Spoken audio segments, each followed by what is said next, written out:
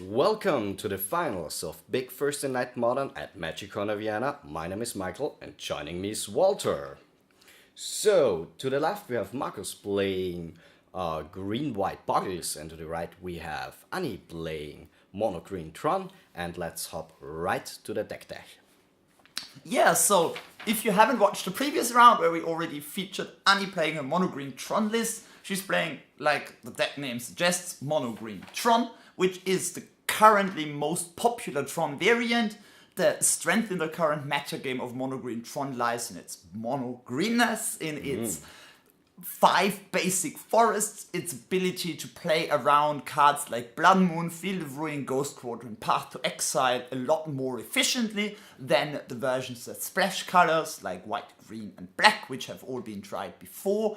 And in order to make up for the interaction you lose with the mono-green Tron list, because you don't get to run Path to Exile or Pyroclasm or Fatal Push, which the other colors allow for, you play 2 Walking Ballistas in the main deck and also 2 Dismembers, which take up those spots. And in the sideboard, you don't have any colored options either, except for the green ones. So you run a split of Spatial Contortion Swapping Whales. And yeah, other than that, basic Tron fare, 3 Oblivion Stones only here, which might be a bit of a weakness here in this matchup, because Oblivion Stone is the strongest card you can imagine basically out of the Tron deck against BOGLES, save for Ugin. She's playing 2 Ugins as well. Ugin is also great. Both of those cards manage to get rid of pretty much everything. If you have a BOGLE enchanted by an Umbra, like the Spider Umbra or Hyena Umbra, which have totem armor, then you will keep the creature but lose all other enchantments, all other creatures. So that's nice. Also important in this matchup is just having a fast start, because the BOGLES deck can do something quite quickly, so you need to make sure from the Tron side that you get to interact with your important cards on turn 4 or 5 at the latest, because otherwise you might just die before you get to deploy your Haymakers. And yeah, other than that, basic Tron fare, you want to search out your Tron lands with cards like Ancient Stirring, Sylvan Scryings, Expedition Map and so on, and then play big things, and the ones I just mentioned are probably the most important ones in this matchup. So what about that BOGLES, Michi? Yeah, thanks Walter for explaining the Umbras already. Of course he's playing some of them. And this deck features 8 BOGLES, and only one is named BOGLE. It's the Slivery BOGLE, and then we have Cladio Cove Scout and Core Spirit Dancer as creatures. Core Spirit Dancer doesn't have hexproof like the other 2 creatures he's playing, but it allows him to draw an extra card for each aura spell which is cast. And it gets +1/+1 or +2/+2. +2/+2 for each aura on itself. Yeah. So this is the creature base. He's playing 12 creatures. And to get... he's playing 13 creatures because he's playing 1 Triad Arbor. And 3 Horizon Canopy to get another stuff to play if he just runs out of things and keeps drawing lands. He's playing as enchantments. One of the best ones to mention is most likely Daybreak Coronet for 2 white. It gives +3/+3 Vigilance, Lifelink, and First Strike, I think. Yes. So this deck basically tries to put out an early BOGLE, play auras on it, attack the opponent, and win in a few turns. So the problem in this matchup is, as Walter already said, he needs to deploy his creatures really soon and needs to start pressuring Annie, because if Annie can assemble Tron and play like something like Ugin or Ulamog, his auras or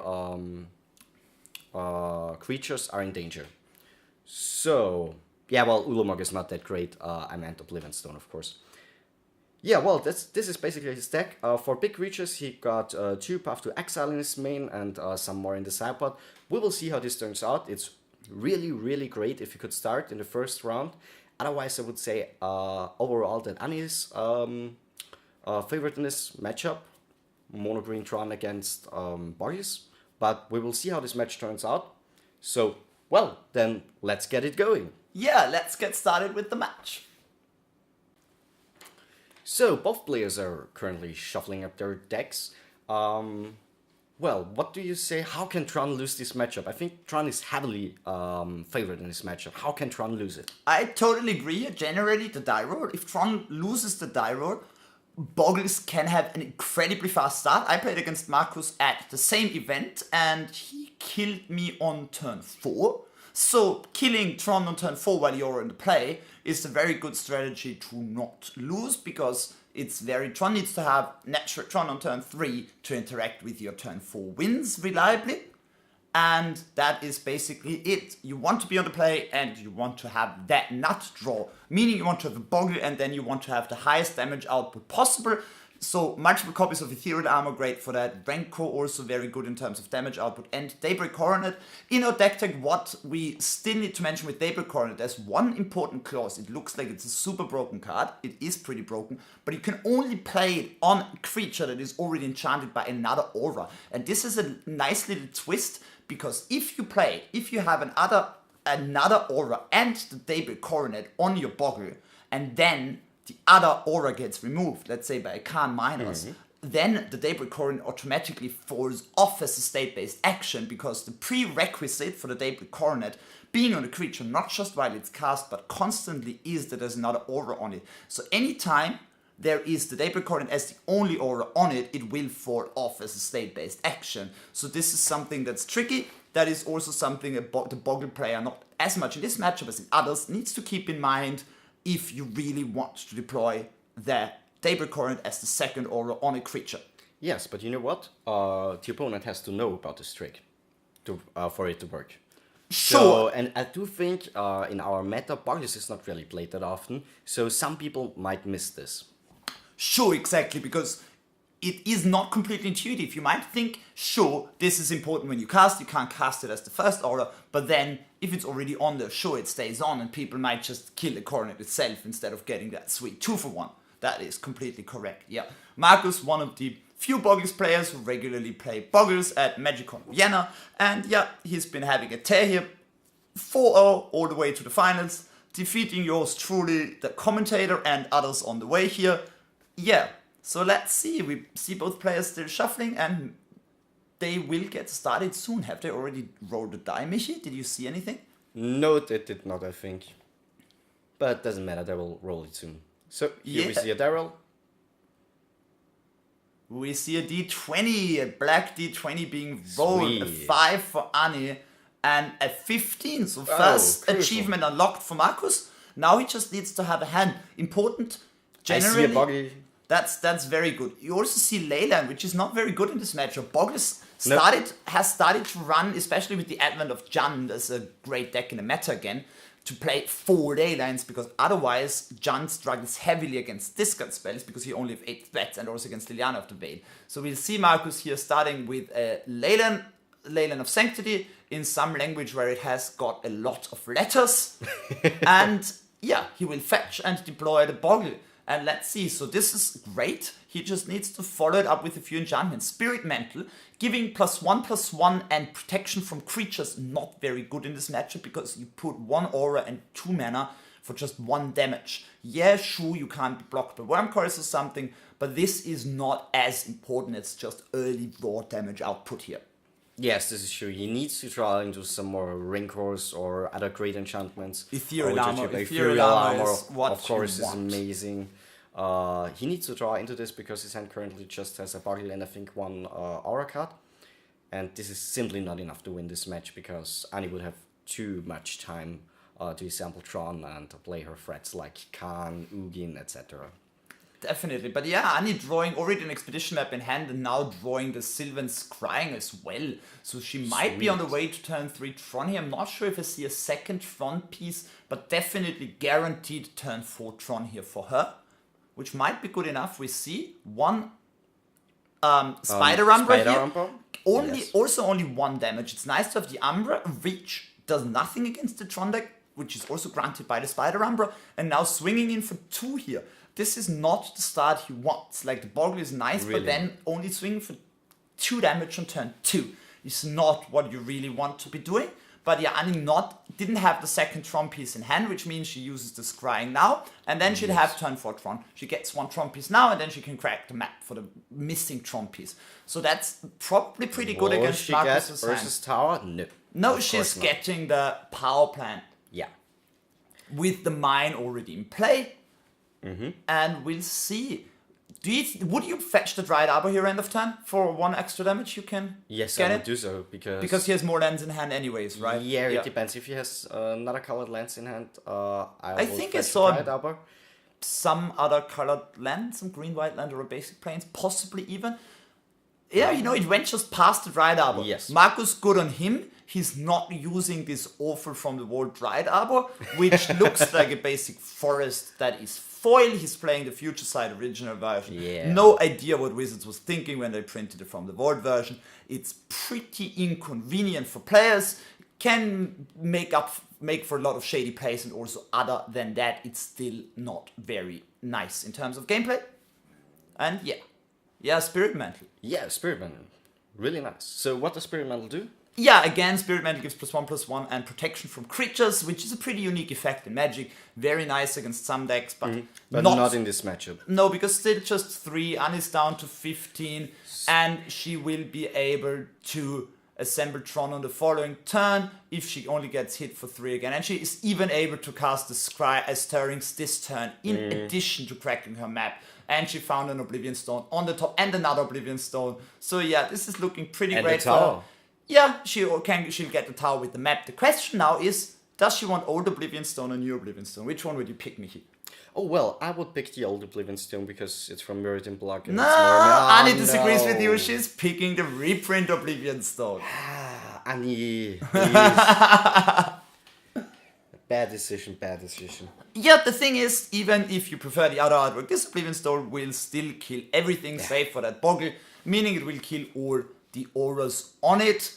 So if Marcus gets to deploy another one, but now Marcus knows about the Oblivion Stone, which means he can take it a bit more slowly and then hope that he gets to reload on the Bogle after an Oblivion Stone activation. But right now, I would definitely get to Dried Arbor. Dried Arbor, a land and a creature, will not be affected by the Oblivion Stone. So I would definitely get to Dried Arbor at this point, unless you don't have the double white in hand for a possibly top-decked Daybreak Coronet.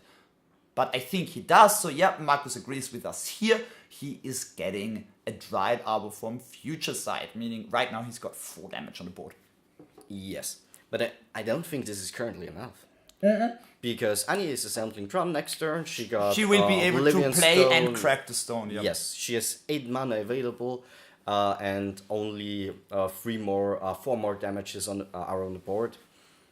This doesn't really look that great for Marcus here. He needs to draw into a lot of damage because next round all of the damage she has in play will be gone. Yep. Except Except 2 for damage. the Yes. 2 basic naked 1/1 creatures. He drew Rancor, which is nice. That's a start because the Rancor he will get back even if the Oblivion Stone gets activated, because she won't be able to activate it. Even activating response wouldn't do anything because of the Umbra here. He will Rancor, nice original Ursus. It's not Saga, it is Destiny. the Hammer. Is the Hammer that is Destiny the Saga, Hammer? Destiny, And Legacy. There is I don't know. Sorry. it's the one. Destiny is either one with the hammer or the one with the vial. I'm not sure which one it is. Me neither. I think this one is the one with the hammer. But yeah, now Oblivion Stone will be cast with a tapping of the tower here, and Annie will just pass and say, "Come at me, bruh, I've got Oblivion Stone up. Show me what you got here."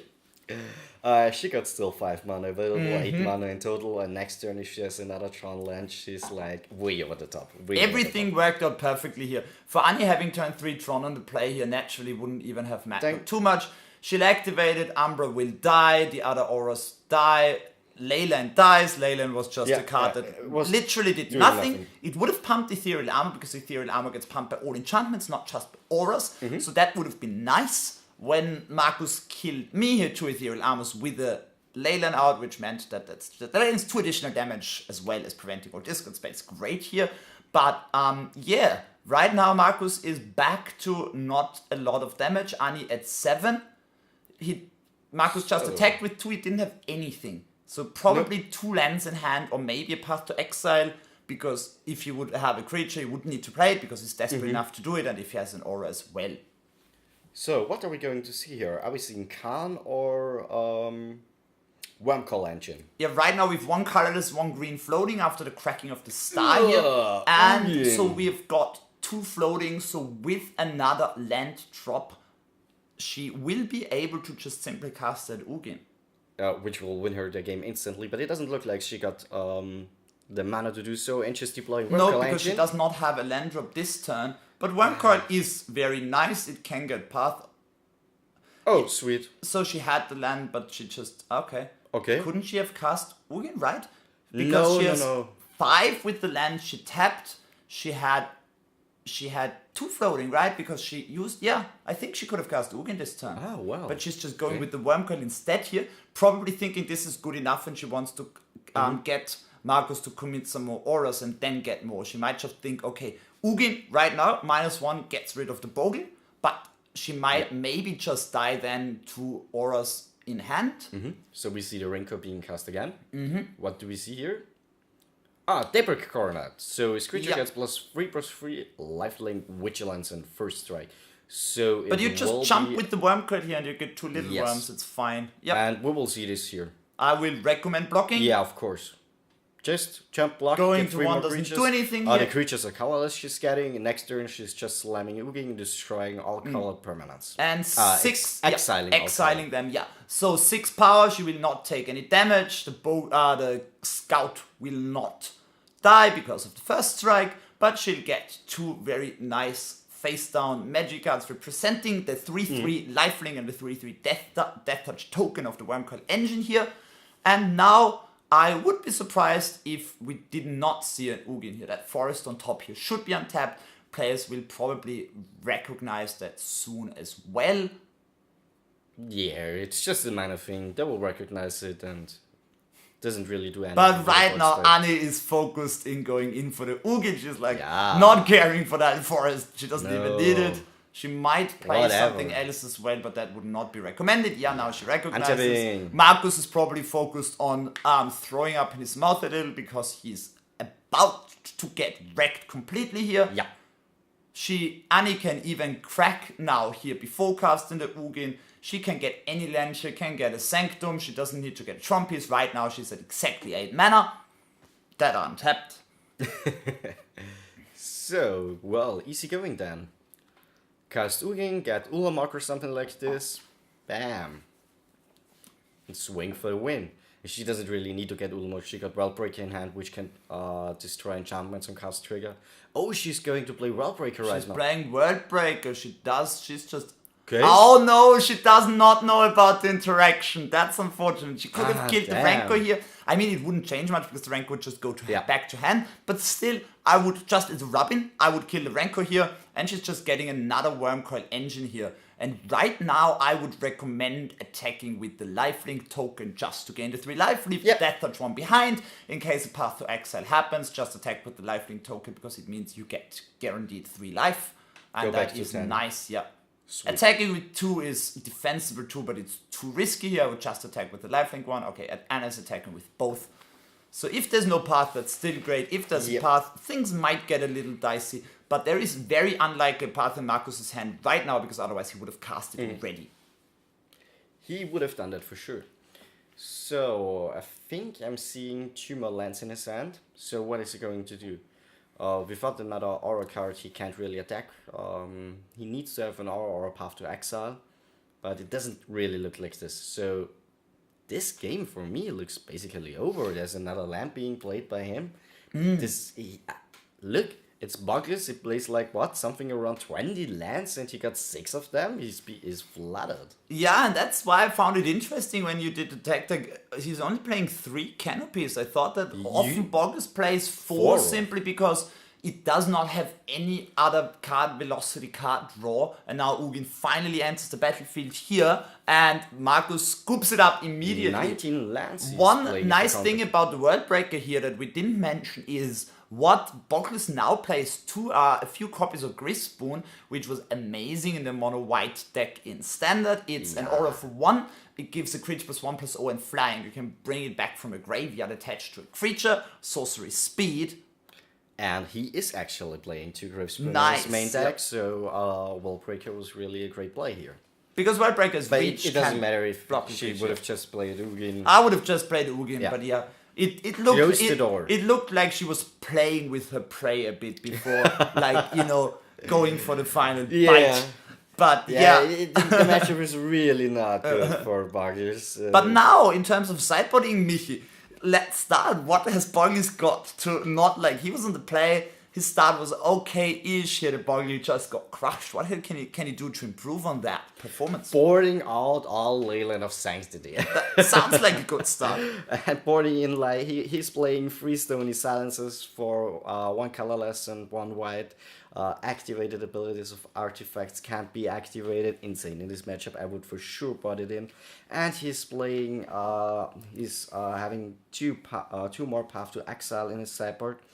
1 Pinning Needle, 2 Seal of Primordial or Primordium. It's Seal of Primordium. So, yeah, handwriting, Magic players' handwriting not always great. Sometimes we struggle a bit with deck lists, but that's what happens. Doesn't really matter. But the seal is just an enchantment for 1 generic and 1 green, and by sacking it, you can just. It's just naturalize on a stick. Yeah. Yes, it's naturalize on a stick.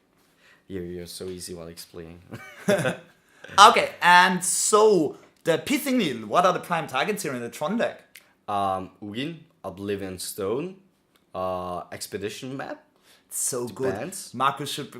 If I were Marcus, I would be hoping he would play full Pithing Needles. One of the best cards in this matchup. If you start on turn 1 and only plays turn 1 Expedition Map, you just name Map. Otherwise, you just play it and name Ugin or Ostone, depending on what kills you. Ostone probably more likely because generally they play 3 to 4. Ugins normally just exactly 2. Pretty much that's shared across all Tron varieties. 3 to 4 stones. Yeah, 3 to 4 stones. Didn't I say? Only 2. Yeah. Yeah, and only two Ugins, exactly. And yeah, so what Anya's got access to here as well, she's also got some sweet ones. She's got 3 Nature's Claims, which sweet. are very, very nice because life total doesn't matter. She just wants to have the board control. And then she's also got 3 Thragtusks. I am a big fan of Thragtusk as a stopgap here against life jump blocks. Jump blocks again helps when you need to get to Ugin or big mana. Yeah, but well, he can't jump like Grispoon. You can't jump block it with the Grispoon. That is true. You also got Thought-Knot Seer. The question is now, I mean, Annie saw that Leyland. Thought-Knot Seer doesn't do anything against Leyland. You should still probably not board in the Thought-Knot Seer because you can't play it before turn 3 or 4. When Marcus, with his great starts, would already have emptied his hand completely, would not recommend boarding that in. Yeah, but maybe she got some cards which are just too expensive to play in this matchup. Yeah, I mean, I am not a huge fan of Emrakul. Woking Ballista is not very good because it doesn't interact on an axis that you want to interact with. I'm not a fan of Dismember. Question against BOGLES is always targeted removal. Yes or no, you board it all out, and then they start with the Spirit Dancer and smash you hard with the Spirit Dancer, and you're like, where is my fail push? I had that happen against Marcus too, and what she can definitely board is the 1 Relic of Progenitors from her main deck, definitely the Emrakul, the Promised, and you can definitely go down on Khans. I like Ulamog probably even a bit more than Khan, but they're pretty similar. They both not great. I like the Wormcurls a lot. I like the Worldbreaker. I like the Ugins. I like the the Oblivion Stones, and I like the Thragtusks and the Claims from the sideboard. So we'd go with some combination of that. You obviously don't want to board out any of your cards that make you get Tron or cycle through your deck, because that's what you want to do. You just want to trim the fat that you don't need in this matchup. Yes, and you want to have turn 3 Tron. Especially you always want to have turn 3 Tron, sure. Especially in a matchup which can be quite aggressive. Definitely. We saw some, if you watched a couple weeks ago, we saw Mitchell play with mono green Tron against blue-red Breach. And that is a matchup where you can have a slower start if you have the necessary interactive pieces, because your opponent can at the earliest kill you on turn 5. and that's not very likely. So we do see a turn 1 boggle here by Macros, just 1-1 hexproof for 1, but the auras, which should follow up, will do the trick. Yeah. What is Annie going to do on her first turn? Do you see an expedition map? I see 2 Nature's Claims, which is a pretty good insurance to get to the longer game. She has Stirrings too, and she also definitely has a copy of Sylvan Scrying. Also, props to Annie for playing mono green Tron in mono forest sleeves. That's pretty nice. Does she have another land in hand? Because she didn't reveal one there. Yeah, she must have, because she's taking the Oblivion Stone. Sweet. Yeah, of she course. has a Tron piece. She has 2 Tron. Tron pieces. She has a tower and a mine in hand, if I can see that correctly. Yeah. She also has already, is that another Oblivion Stone over there? I'm not sure, but she's got Nature's Claims and Sylvan Scryings. Let's see if Marcus can. Yeah, that's more like it. Yeah, this Ethereal is a Armor good and start. Rancor, which means 5 damage. Wait, that gave a great cover scout will come through for 5 damage. Annie going down to 15. The thing is, this Ethereal Armor still getting Nature's Claim, not recommending Nature's Claim the Rancor unless you're close to dying. But the question is, do you do it now? Okay. Yeah. I mean, the question is, can you afford to play Sylvan Scrying this turn? I don't No, think I you don't can. think, and she doesn't really need to. Because she has another Tron piece in hand. Yeah. With the other Tron piece in hand, she can search for the Tron piece, and then on turn 4, when she can assemble Tron, she can play Oblivion Stone and cast it. I see Coronet. Crack it Yep. instantly. Ooh, Coronet. Beautiful. So right now, again, 6 damage this time. Sweet, going down to So 9. Annie will need to Nature's Claim again with that second copy that I think is still in her hand. Is there a second copy in her hand? I'm not sure. No, it's just the Sylvan Scrying. There is no second copy of Nature's Claim.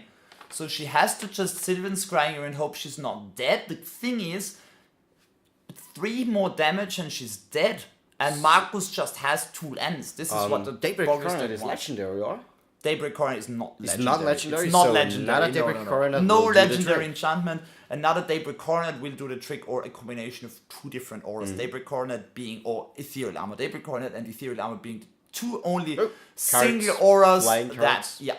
yeah, cards have flying. The creatures in Annie's deck don't, and cards do. You make up for the weaknesses of your deck in other ways. That's always good. The thing is, right now, I'm not very happy about Annie's position here. She had a great start. She had turn 1 Stirrings into Nature's Claim, into Sylvan Scrying, but might not be good enough because Marcus just had the perfect one here. So, is he going to kill Annie here right now, or will she survive another turn to But cast he's got Ugin? Core Spirit Dancer. If he has Core Spirit Dancer and another card, the thing is, Ooh, I think it's 2 lands. is it 2 lands? Yeah. Core Spirit Dancer and 2 lands? But why is he fetching before combat then? Because he wants to crack the yes. Horizon Canopy, because if Most he hits likely. an Ethereal Armor, he has lethal still. Sure, I get that. That makes a lot of sense to me. So he needs to top deck here, if we saw his hand right.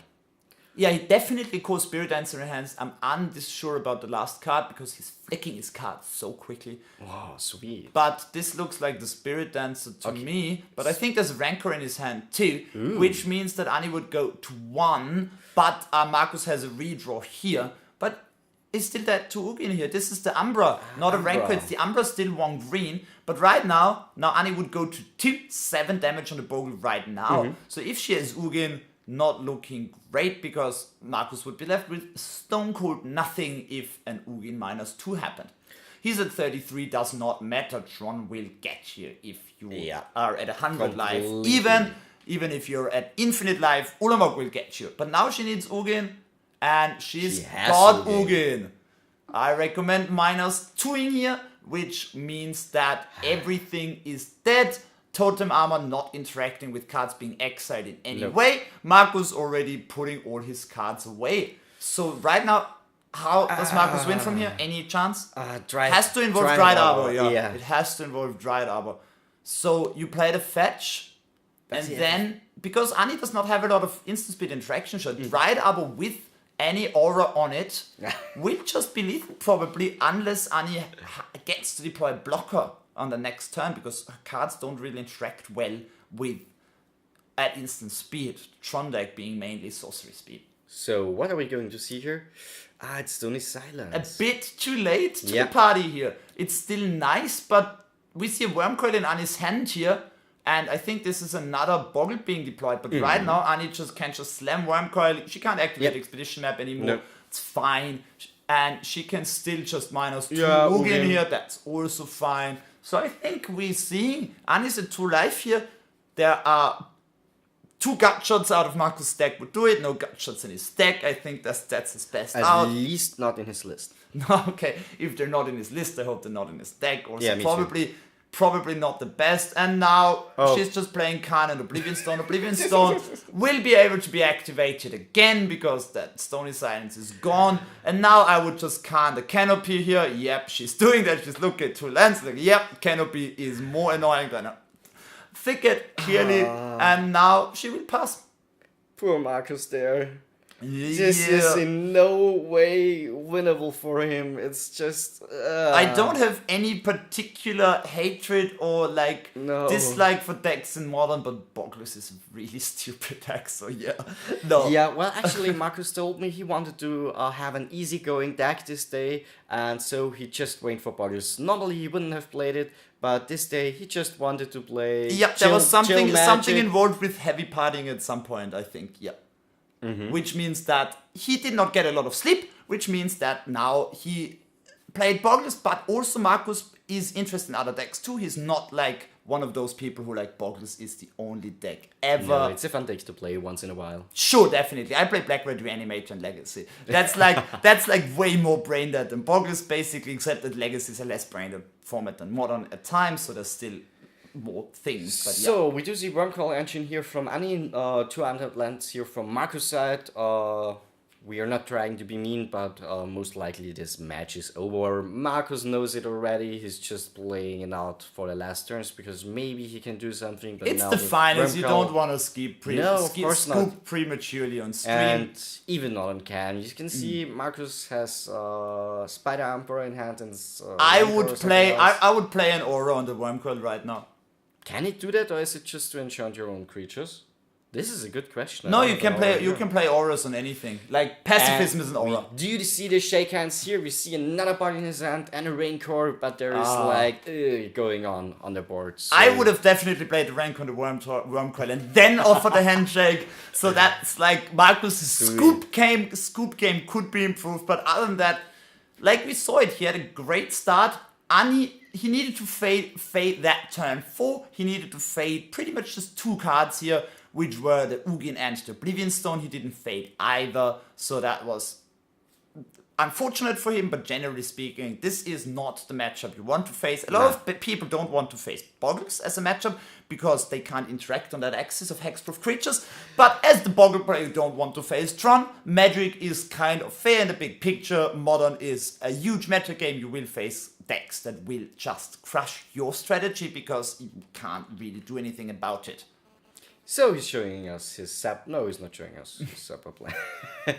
We saw some Path to Exile. Let's Yeah. see if we can Stony do Silence, some he more played. things. Stony Silence, definitely they all came in. Still the Spirit Mantle imposed board, which is defensible because Wormcoil can still be a problem against some hands. And you know what? He has 3 Stony Silences and 2 Path to Exile. So he cannot board out a lot. He doesn't have a lot of things to board in.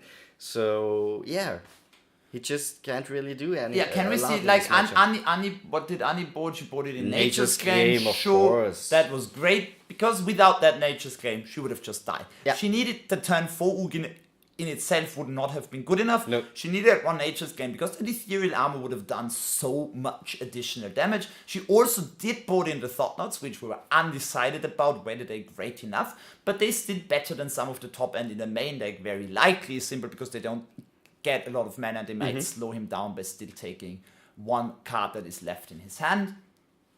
Yes. But no Thractors, so she chose to go with the Thought Knots instead of the Thractors, boarding out Relic and 2 Dismembers and 2 cards I couldn't catch here. But yeah, that's defensible. Thractors, better effect, but just costs 1 additional mana, so this is something we need to weigh. Well, this was Big First Night Modern. The last one in March, the next one will be in April. Thanks for watching our video. If you like, comment below, hit the subscribe button, and hopefully we see you soon at the next Big First Night Modern. Goodbye. See ya!